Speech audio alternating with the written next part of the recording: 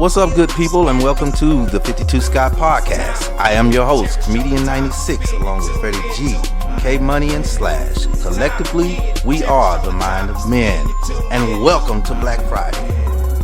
Before we get into our topic for today, I need everybody that's on YouTube to go out and subscribe. Click on the like button. If you're on Twitter, follow us at 52 Scott Podcast, and on IG and Facebook at the 52 Scott Podcast. Okay, people, and welcome to Black Friday. Today's topic, our black dancers that you probably already know. Some of these people you already know. Most of these people you probably already know.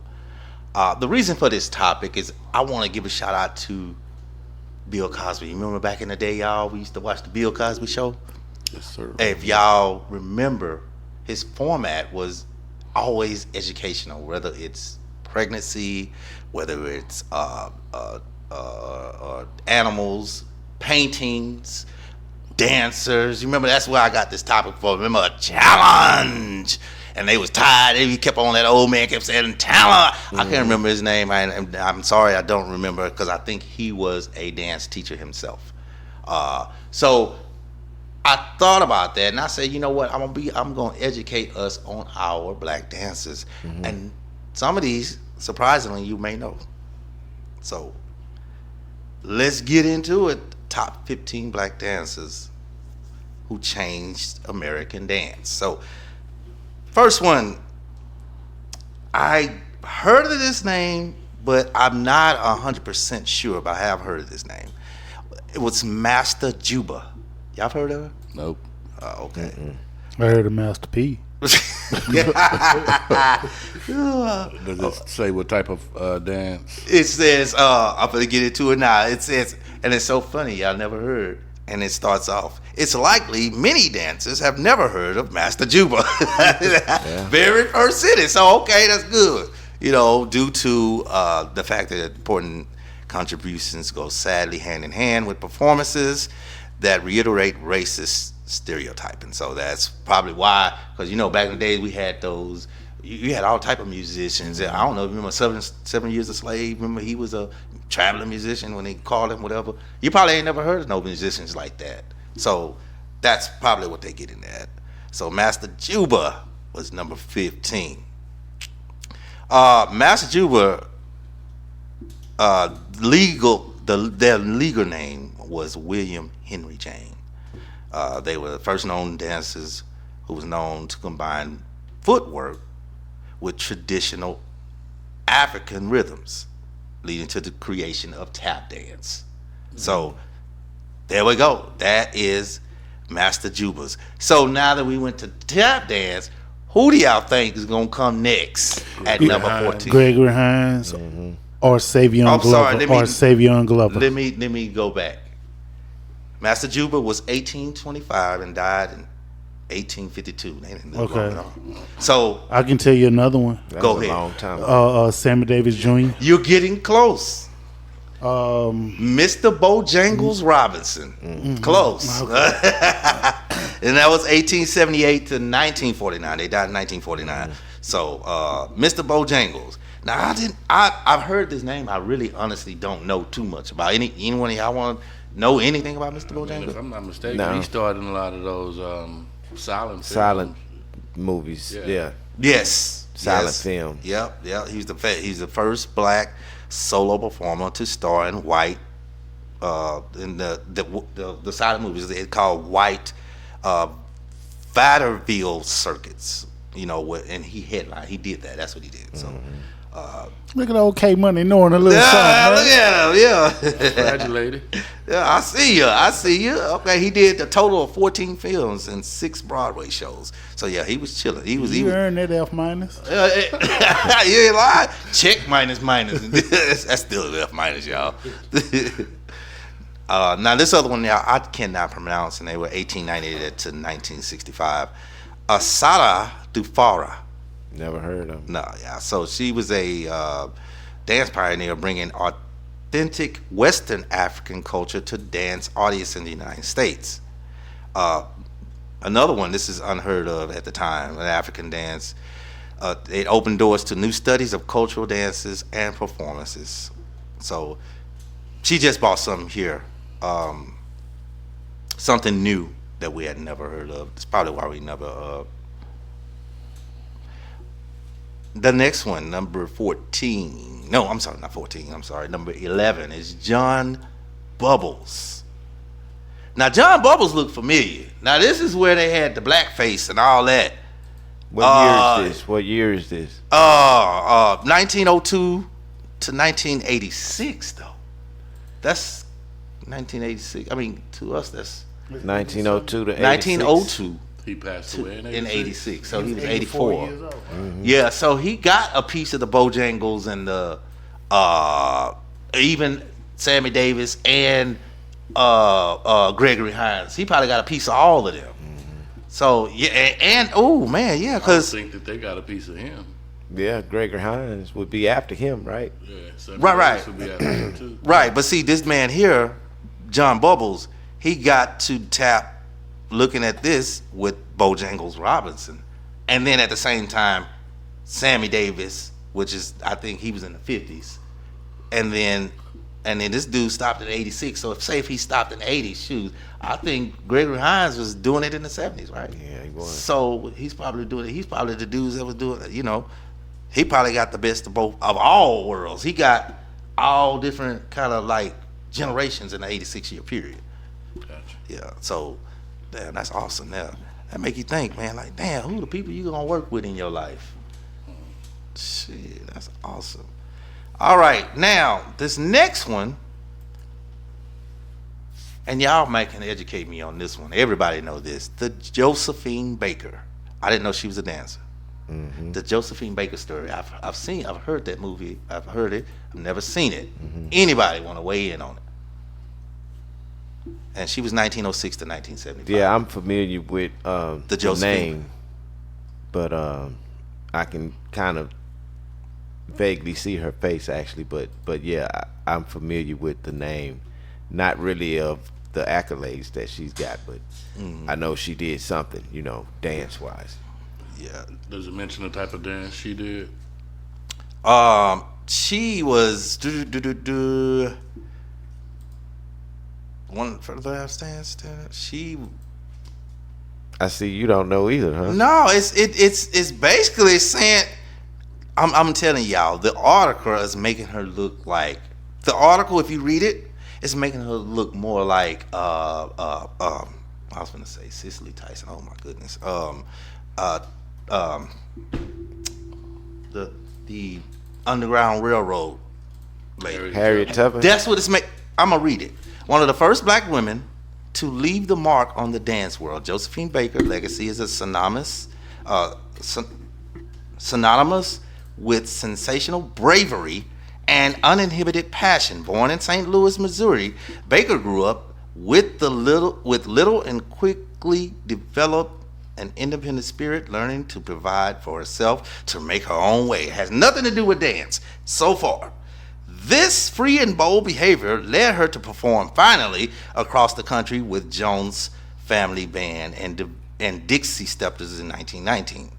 By the time she sashayed onto a Paris stage in the 1920s, she was confident in her ability to perform with a comic yet sensual appeal that took Europe by storm.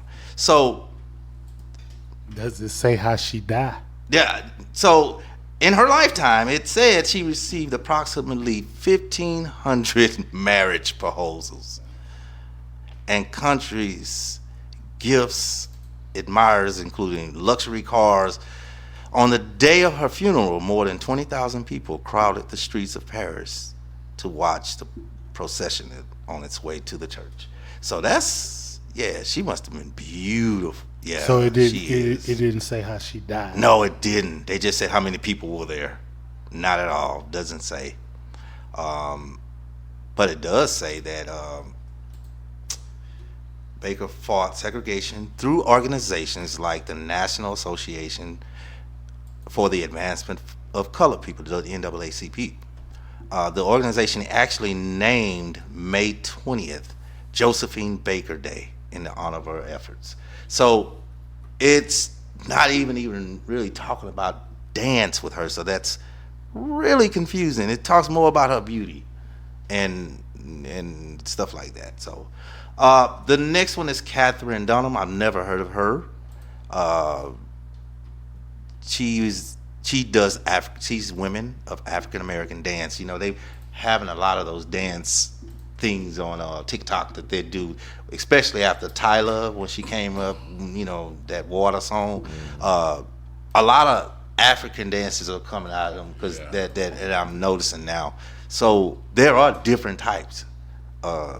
And are you noticing the dancing? Or the dancers, the different types of them. Some of them are, you might think, man, it's raunchy, but that's really how they do. Like, it ain't, because I'm like, why are the men doing the same thing and the women doing? But it's just actually a dance. And because I'll be like, you shouldn't be doing what a woman do. That's how I feel about dance. I don't know. But you got to think, ballet, men and women do the same thing, so to speak. You know, you ain't finna get twisted up in the air, but you gonna have them leotards on just like that woman. You got niggas out there twerking and everything, bro. That's a different world now. It's accepted now. I mean, so yeah, exactly. Faryard Nicholas and Harold Nicholas. I guess it's the Nicholas brothers. Y'all seen it? Y'all know who that is? Yeah, they some tap dancers. They are tap dancers. Exactly right. And one started at 18, the other one at 11, and they did it for a while, 1921 to 2000. One was 1914 to 2006. The other one, Faryard, 1914 to 2006, and Harold Nicholas, was 1921 to 2000. So, wow, the oldest one died first. The youngest one died first. Wow, okay. Janet Collins. Now I've heard of her, but she's in Fort Worth. What did she do? She was a forerunner for the black female ballet. She was about one of those ballet dancers. She was a ballet dancer. So I remember her because they have a lot of stuff. Dallas, they kind of known for recognizing their people, especially when it doesn't matter color, race. They will recognize their people out there. They'll raise up a poster or two and keep it there. But Collins began dancing in Los Angeles and eventually relocated to New York. All right, and then her big debut came in 1949 when she had a program at the 92nd Street Y, and she did very well. And from there, it was history. And in recognition of Collins' great work, she re-owned her cousin Carmen D. Why they have to have these long last names? D. Lavaleda, and they started a Janet Collins Fellowship. So how you gotta end with some type of good sportsmanship to show, sort of like what was that, Fame, when they had a little dance studio. Not many people came, but she came back. And Debbie Allen, she should be on there. It seemed like in that's this what time. I'm hoping. Anyway, I'm praying it is. She's our era. Yeah. Pearl Primus was 1919 to 1994. I don't know I can't get into too much about Pearl Primus, but this one most of the names I run across I know, but she was the grand dame of African American dance, but she was more of a choreographer, director, and activist and Pearl Primus. So she would be more like a Debbie Allen. Because she choreographed. Yeah, exactly. So which is to me is better. It's because you get to teach. Just say you really can't move like you know how it's supposed to go, and you're a professional at what you do. You could used to do it when you were younger. You can limber or whatever. To me, when you actually be able to see somebody do it and to step back and say, you know what, I did that. Sort of like you when you make your music, man, I did that. I think that would feel much better to me as a musician or a dancer if I choreographed it, if I put it together and you executed it just like I envisioned it. I think that feels better than actually being a dancer or. It's the excitement of your creativity coming to life, Yep. being brought to life. You know. Oh. Next, we have the Dance Theater of Harlem, and that is 1969 to now. Founded in 1969, shortly after the assassination of Martin Luther King Jr., Dance Theater of Harlem was directed by the first black dancer of New York, ballet, former principal Arthur Mitchell, which was known as the oldest black classical company in continuous existence, allowed and encouraged more black ballet dancers to dance professionally. It was, I know that I tried to, ballet, because it was hard to get me in tap. They was trying to get me to tap, and I kind of thought it was not, I thought it was okay to do for fun, but like to be on tour, I didn't think it was a really manly tap to me. It was more, it falls in the lines of ballet, so to speak, to me. Not as bad as ballet, because I ain't got to wear them tights, but I don't know, tap just wasn't I don't know. I liked it, but I only liked watching it. I like tap, man. I wish I had learned how to do it. Do you have to be light on your feet? Old twinkle toe. Twinkle. You got to be light on your feet on that tap. Ballet, that seemed a little more feminine. That was feminine. Now tap wasn't as feminine. You know, it had a lot of masculinity if you know how to tap. Masculinity in it, actually. You know. Yeah, you know what? When Bill came out with the tap on there, and when it was cool, they were tapping on the tables and stuff. No, what show they did that on? That was on Martin when that dude was tapping on the table. Then I thought it was cool, because I was like, okay, it looks more, it didn't look like it did back in the day. Now it looks cool, because I'm tearing stuff up and tapping all over the place. I'm okay with that, because now I'm tearing some stuff up. Yeah, so. And last but not least, y'all, and this just so happened to be our black fact you cannot take back. Everybody has heard of this person and this studio. Anybody want to take a guess? The person? Mm-hmm. And the studio and the person has the same name. That's your hint. The studio and the person have the same name. Have the same name. Where's the studio located? It is in New York, New York. And the person that I'm referring to is Alvin Ailey. Everybody know who that is. Alvin Ailey Dance Studios in New York, New York. Everybody know Alvin Ailey? I don't know who they are. Y'all need to be whooping. He looked it looked like Muhammad Ali and Arthur Ashe all at the same time. How could y'all not remember? Alvin Ailey was the first y'all crazy. He was the first what? Here you go. You know what? He was introduced to dance in Los Angeles by performances of the Ballet Russe de Monte Carlo and Catherine Durham Dance Company. He began his formal dance training with a introduction to Lester Horton's classes. Now that brings us to our black fact we can't take back, which is also just happened to be on this list. Alvin Ailey Dance, and Alvin Ailey. He was born January 5th, 1931, died December 1st, 1989.